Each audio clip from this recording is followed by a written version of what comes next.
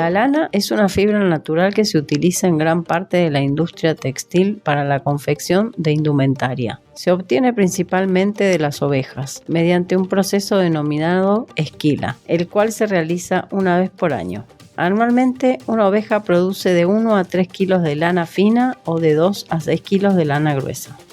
Sin embargo, para la realización de tejidos delicados y de gran estimación, la lana se extrae de otros animales como llamas, alpacas, guanacos, vicuñas, conejos y cabras. La lana presenta una gran serie de características por las cuales se procede a una detallada clasificación, teniendo así en cuenta su finura, longitud, regularidad en el grado de ensortijado, uniformidad, resistencia, alargamiento, elasticidad, flexibilidad, color, brillo y rendimiento.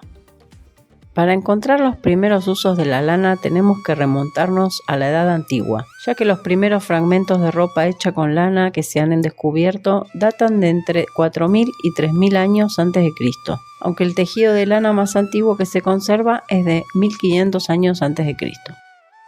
Recién en tiempos romanos y a comienzos de la era cristiana, mientras que en la India el algodón era una curiosidad de la que solo los naturalistas habían oído hablar, se podría decir que la lana, además del lino y el cuero, vestía a la población europea. Por otro lado, la seda importada a lo largo de la ruta de la seda de China era un bien de lujo muy extravagante al que casi nadie podía acceder.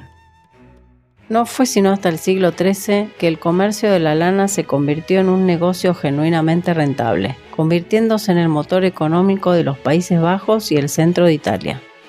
600 años más tarde, la revolución industrial introdujo la tecnología de producción en masa en la fabricación de lana y telas de lana, la cual se vio drásticamente afectada siglo y medio después debido al aumento del uso de fibras sintéticas.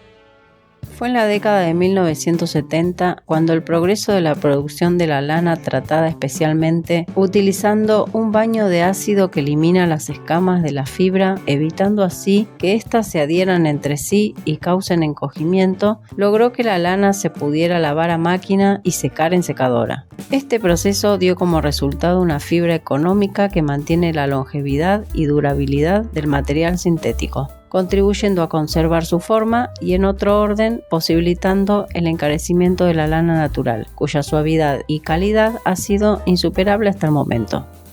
Pero de los pros y los contras de la lana sintética y de la lana natural ya hablaremos en otro video.